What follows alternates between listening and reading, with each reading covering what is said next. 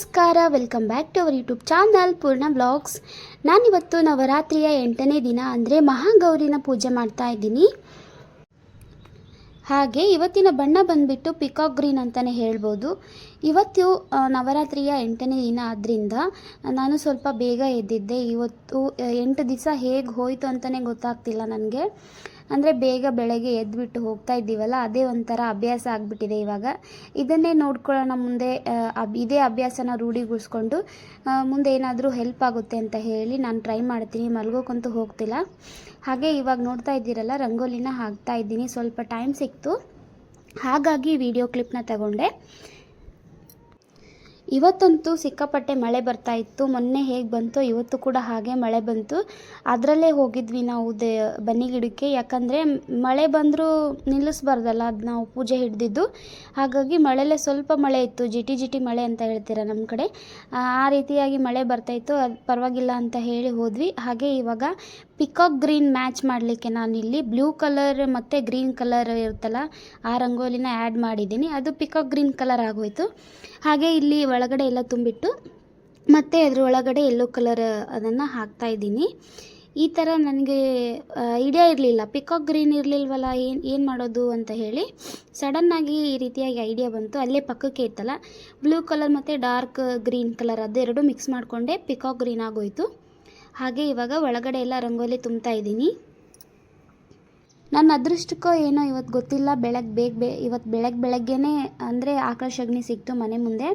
ಅದನ್ನು ಕೂಡ ಇಟ್ಟು ದೇವರಿಗೆ, ನಮ್ಮ ಕಡೆ ಹಟ್ಟಿಲಕ್ಕವ ಅಂತಾರೆ, ಅಂದರೆ ಗುರ್ಜವ್ವ ಅಂತಾರೆ. ನಾವು ದೀಪಾವಳಿ ಕುಂದಿರ್ಸ್ತೀವಿ.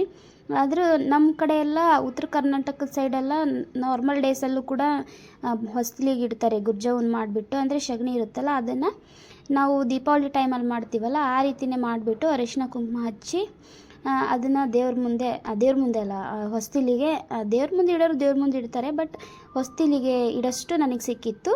ಹಾಗಾಗಿ ನಾನು ಹೊಸ್ತಿಲಿಗೆ ಇಟ್ಟಿದ್ದೀನಿ ಅದನ್ನು ಕೂಡ ಮುಂದಿನ ಇವಾಗ ನೆಕ್ಸ್ಟ್ ಬರ್ತಕ್ಕಂಥ ವಿಡಿಯೋದಲ್ಲಿ ತೋರಿಸ್ತೀನಿ. ಹಾಗೆ ಇಲ್ಲಿ ಕೆಳಗಡೆ ರಂಗೋಲಿ ಬಿಡ್ತಾ ಇದ್ದೀನಲ್ಲ, ಅದು ಕೂಡ ಹೇಗಿದೆ ಅಂತ ಹೇಳಿ. ತುಂಬ ಸಿಂಪಲಾಗೇ ಬಿಟ್ಟಿದ್ದು, ಯಾಕಂದರೆ ಮಳೆ ತುಂಬ ಜಿಟಿ ಜಿಟಿ ಜಿಟಿ ಜಿಟಿ ಅಂತ ಬರ್ತಿತ್ತು. ಅದರಲ್ಲೂ ಈ ಕಡೆ ಹೊರಗಡೆ ಕೂತ್ಕೊಳ್ಳೋಕ್ಕಂತೂ ತುಂಬ ಕಷ್ಟ. ಆದರೂ ಪರವಾಗಿಲ್ಲ ಅಂತ ಹೇಳಿಬಿಟ್ಟು ಮಾಡಿದ್ದೀನಿ. ನೋಡಿದ್ರಲ್ಲ, ರಂಗೋಲಿ ಎಲ್ಲ ಬಿಟ್ಟಿದ್ದಾದಮೇಲೆ ಇವಾಗ ಗುರ್ಜವ್ವನ ಆ ಕಡೆ ಒಂದು ಈ ಕಡೆ ಒಂದು ಇಡ್ತಾ ಇದ್ದೀನಿ. ಇನ್ನೊಂದಿತ್ತು, ಅದನ್ನು ರಂಗೋಲಿಗೆ ಅಂತ ಇಡ್ತೀನಿ. ಅಂದರೆ ಮೇನ್ ಹೊಸ್ತಿಲು ಬಿಟ್ಟು ಕೆಳಗಡೆ ಹಾಕಿರ್ತೀವಲ್ಲ, ಬಾಗಿಲು ರಂಗೋಲಿಗೆ ಇಡ್ತಾ ಇದ್ದೀನಿ ಒಂದನ್ನು.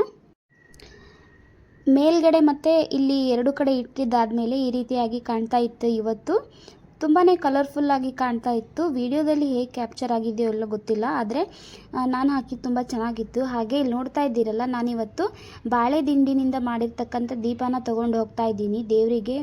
ನೋಡ್ತಾ ಇದ್ದೀರಲ್ಲ, ಯಾರೂ ಇರಲಿಲ್ಲ. ನಾವು ಹೋದಾಗ ನಾವೇ ಹೋಗ್ತಿರೋದು. ಡೈಲಿ ಇದೇ ಥರ ನಮ್ಮದು ರುಟೀನ್ ಆಗಿಬಿಟ್ಟಿದೆ.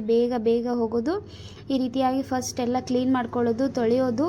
ಹಾಗೆ ತುಂಬ ಮಳೆ ಬಿತ್ತು ಅಂತ ಹೇಳ್ತಾ ಇದ್ನಲ್ಲ, ಅದನ್ನು ಕೂಡ ಇಲ್ಲಿ ಕೆಳಗಡೆ ಎಲ್ಲ ಚೆಲ್ಲಿದ್ರು, ಎಲ್ಲ ಚೆಲ್ಲೋಗಿತ್ತು, ಎಲೆಗಳೆಲ್ಲ ಬಿದ್ದಿದ್ದು. ಅದೆಲ್ಲ ಕ್ಲೀನ್ ಮಾಡ್ಕೊಂಡು ಪೂಜೆ ಮಾಡ್ತಾ ಇದ್ದೀವಿ ಇವಾಗ. ಇವತ್ತು ನವರಾತ್ರಿ 8ನೇ ದಿನ ಅಂತ ಹೇಳಿದೆ. ಹಾಗೆ ಮಹಾಗೌರಿನ ಪೂಜೆ ಮಾಡ್ತಾರೆ ಅಂತಲೂ ಕೂಡ ಹೇಳಿದೆ. ಬಣ್ಣ ಬಂದು ಪಿಕಾಕ್ ಗ್ರೀನ್ ಅಂತಲೂ ಕೂಡ ಹೇಳಿದ್ದೀನಿ. ಹಾಗೆ ಇವಾಗ ಮಹಾಗೌರಿ ಯಾಕೆ ಪೂಜೆ ಮಾಡ್ತಾರಂದರೆ, ಮಹಾಗೌರಿ ಬಂದುಬಿಟ್ಟು ಶಿವನನ್ನು ತುಂಬ ಇಷ್ಟಪಟ್ಟಿರ್ತಾಳಂತೆ. ಆ ಟೈಮಲ್ಲಿ ಶಿವನಿಗೋಸ್ಕರ ತಪಸ್ಸು ಮಾಡ್ತಾ ಇರುವಾಗ ಶಿವನು ತುಂಬ ಮಹಾಗೌರಿ ಬಣ್ಣ ಏನಿರುತ್ತಲ್ಲ, ಅದು ಫುಲ್ ಕಪ್ಪಾಗಿರುತ್ತಂತೆ ನೋಡಲಿಕ್ಕೆ. ಹಾಗಾಗಿ ತುಂಬ ಭಯಂಕರವಾಗಿ ಕಾಣ್ತಿರ್ತಾಳಂತೆ ದೇವಿ. ಅದನ್ನು ನೋಡಿಬಿಟ್ಟು ಶಿವ ಬಂದು ಪ್ರತ್ಯಕ್ಷ ಆಗಿ ದೇವರಿಗೆ, ಅಂದರೆ ಮಹಾಗೌರಿಗೆ ಪ್ರತ್ಯಕ್ಷ ಆಗಿ ಅಲ್ಲೇ ಇರ್ತಕ್ಕಂಥ ಗಂಗೆ ಮಾತೆಯಲ್ಲಿ ಅವಳ ಬಣ್ಣ ಏನಿರುತ್ತಲ್ಲ ಅದನ್ನೆಲ್ಲ ಕ್ಲೀನಾಗಿ ಅವಳು ತೊಳ್ಕೊಳ್ಳೋಕ್ಕೆಲ್ಲ ಅವಕಾಶ ಮಾಡಿಕೊಟ್ಟಾಗ ಅವಳು ಅವತ್ತಿಂದ ಇವತ್ತಿನವರೆಗೂ ವೈಟಾಗಿರ್ತಾಳಂತೆ. ಅಂದರೆ ತುಂಬ ಹೊಳೆಯತಕ್ಕಂಥ ಗೌರಿಯಾಗಿ, ಅಂದರೆ ಗೌರವಪೂರ್ಣವಾಗಿ ಕಾಣ್ತಾಳಂತೆ ದೇವಿ. ಹಾಗಾಗಿ ಆ ದೇವಿಗೆ ಗೌರಿ ಅಂತ ಹೆಸರು ಬಂತು. ಆ ಗೌರಿಗೆ ನಾವೆಲ್ಲ ಹೇಳಿಬಿಟ್ಟು ಮಹಾಗೌರಿ ಅಂತ ಕೂಗ್ತೀವಿ. ಹಾಗೆ ಈ ದೇವಿಯು ಬಂದು ವೃಷಭ ವಾಹನದಲ್ಲಿ ಸಂಚಾರ ಮಾಡ್ತಾರೆ. ಹಾಗೆ ಈ ದೇವಿಗೆ 4 ಕೈಗಳಿರುತ್ತೆ. ಒಂದರಲ್ಲಿ ಅಭಯ ಮುದ್ರೆ, ಒಂದರಲ್ಲಿ ವರ ಮುದ್ರೆ, ಹಾಗೆ ಇನ್ನೊಂದರಲ್ಲಿ ಡಮರುಗ, ಮತ್ತೊಂದರಲ್ಲಿ ತ್ರಿಶೂಲ. ಈ ರೀತಿಯಾಗಿ ಬೇರೆ ಬೇರೆ ಆಯುಧಗಳನ್ನು ಹಿಡ್ಕೊಂಡಿರ್ತಾರೆ. ಹಾಗೆ ಇವಾಗ ನೋಡ್ತಾ ಇದ್ದೀರಲ್ಲ, ನಾನು 8ನೇ ದಿನಕ್ಕೆ ಅಂತ ಹೇಳಿ ಬಾಳೆದಂಟು ಬರುತ್ತಲ್ಲ ಅದರಿಂದ ಮಾಡಿರ್ತಕ್ಕಂಥ ದೀಪನ ತೊಗೊಂಬಂದು ಆರತಿ ಮಾಡ್ತಾ ಇದ್ದೀನಿ. ಬಾಳೆದಂಟಿಂದ ತುಂಬ ಉಪಯೋಗ, ಹಾಗೆ ದೇವರಿಗೆ ತುಂಬ ಶ್ರೇಷ್ಠ ಅಂತಲೇ ಹೇಳ್ತಾರೆ.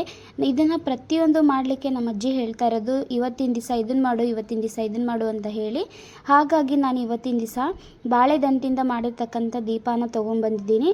ಹಾಗೆ ಇವಾಗ ದೇವರಿಗೆಲ್ಲ ಬನ್ನಿ ಗಿಡಕ್ಕೆ ಪೂಜೆ ಮಾಡಿದ ನಂತರ ದೇವರಿಗೆ ಅರಿಶಿನ ಕುಂಕುಮ ವಿಭೂತಿ ಹಾಗೆ ಕಂಕಣ ಹೂವು ಏನಿರುತ್ತಲ್ಲ ಅದನ್ನೆಲ್ಲ ಸಮರ್ಪಿಸಿ ದೇವರಿಗೆ ಇವಾಗ ಅರಿಶಿನ ಕುಂಕುಮ ಹಚ್ಕೊಳ್ತಾ ಇದ್ದೀನಿ. ನಾನು ಕೂಡ ದೇವರಿಗೆ ಬೆಳಗಿದಾದಮೇಲೆ, ನಾನು ನಿನ್ನೆ ವಿಡಿಯೋದಲ್ಲಿ ಕ್ಯಾಪ್ಚರ್ ಮಾಡಲಿಕ್ಕಾಗಿಲ್ಲ, ತುಂಬ ಜನ ಇದ್ದರು, ಇವತ್ತೂ ಇದ್ದರು. ನಾನು ವಿಡಿಯೋಗೋಸ್ಕರನೇ ಸ್ವಲ್ಪ ಕಾದು ನಿಂತು ಅವ್ರದ್ದೆಲ್ಲ ಪೂಜೆ ಆದಮೇಲೆ ನಾನು ಪೂಜೆ ಮಾಡಿಕೊಂಡೆ. ಯಾಕಂದರೆ ಜನ ಇದ್ದಾಗ ಅಷ್ಟೊಂದು ಬೇಗ ಮಾಡ್ಕೋಬೇಕು. ಇವಾಗ ನಮ್ಮ ಹಿಂದೆ ತುಂಬ ಜನ ನಿಂತಿರ್ತಾರಲ್ಲ, ಅವ್ರಿಗೆ ವೇಟ್ ಮಾಡಿಸ್ಬಾರ್ದು ಅಂತ ಹೇಳಿ ಅವ್ರದ್ದು ಆದಮೇಲೆ ನಾನು ಲಾಸ್ಟಿಗೆ ಮಾಡಿಕೊಂಡೆ.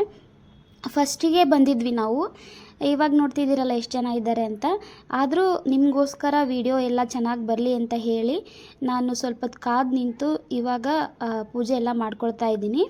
ಹಾಗೆ ಇಲ್ಲಿ ದೇವರಿಗೆ ಅಂದರೆ ಬನ್ನಿ ಗಿಡಕ್ಕೆ ಈ ರೀತಿಯಾಗಿ ಸುತ್ತಿದ್ದೆ, ನೆನ್ನೆ ಸುತ್ತಿದ್ದೆ, ಬಟ್ ವಿಡಿಯೋ ಕ್ಯಾಪ್ಚರ್ ಮಾಡ್ಕೊಂಡಿರಲಿಲ್ಲ.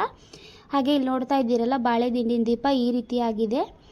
ಇದನ್ನೆಲ್ಲ ದೇವರಿಗೆ ಅರ್ಪಿಸಿ, ಅಂದರೆ ಒಂದು ಅಲ್ಲಿ ಇಟ್ಬಿಟ್ಟು, ಅಂದರೆ ಎಲ್ಲ ಇಲ್ಲೇ ಇಟ್ಟಿದ್ದೆ, ಯಾಕಂದರೆ ಮಳೆ ಬರ್ತಿತ್ತಲ್ಲ ತೊಗೊಂಡು ಹೋಗಲಿಕ್ಕೆ ಆರೋಗುತ್ತೆ ಅಂತ ಹೇಳಿಬಿಟ್ಟು ಇಲ್ಲೇ ಇಟ್ಟು ದೇವರಿಗೆ ಇವಾಗ ಪ್ರದಕ್ಷಿಣೆ ಹಾಕ್ಕೊಳ್ತಾ ಇದ್ದೀನಿ. ಪ್ರದಕ್ಷಿಣೆ ಹಾಕ್ಕೊಂಡಾದ್ಮೇಲೆ ನಂತರ ಅಲ್ಲಿ ನಾವೇನು ಬಾಳೆ ದಿಂಡಿನ ದೀಪ ತೋರಿಸಿದ್ನಲ್ಲ ಅದನ್ನು ಪ್ರತಿಯೊಂದನ್ನು ಇಲ್ಲೇ ಇಟ್ಬಿಟ್ಟು ಅಲ್ಲೇ ಹೋಗಿ ಕೂತ್ಕೊಂಡು ಸ್ವಲ್ಪ ಹೊತ್ತು ಅರಿಶಿನ ಕುಂಕುಮ ಎಲ್ಲ ಕೊಟ್ಬಿಟ್ಟು ಹೋದ್ವಿ. ಯಾಕಂದರೆ ಮಳೆ ಬರ್ತಿತ್ತು ಅಂತ ಹೇಳಿ ಸ್ವಲ್ಪ ಹೊತ್ತಲ್ಲೇ ಕೂತ್ಕೊಂಡ್ವಿ. ಯಾಕಂದರೆ ಮಳೆಯಲ್ಲಿ ಮೊದಲೇ ನೆಂದು ಬಂದಿದ್ವಿ, ಮತ್ತು ನೆನೆಯೋದು ಆಗಲ್ಲ. ನೋಡ್ತಾ ಇದ್ದೀರಲ್ಲ ನನ್ನ ವಾಯ್ಸ್ ತುಂಬ ಚೇಂಜ್ ಆಗಿದೆ, ಹಾಗೆ ಸ್ವಲ್ಪ ಶೀತನೂ ಕೂಡ ಆಗಿದೆ. ಹಾಗಾಗಿ ಬೆಳಗ್ಗೆ ಬೇಗ ಹೇಳ್ತಾ ಇದ್ದೀವಲ್ಲ, ಇವಾಗ ಬೆಳಗ್ಗೆ ಬೇಗ ಎದ್ದು ಹೊರಗಡೆ ಹೋಗಿ ಕಸ ಗುಡಿಸೋದು, ನೀರು ಮುಟ್ಟೋದೆಲ್ಲ ಮಾಡ್ತೀವಲ್ಲ.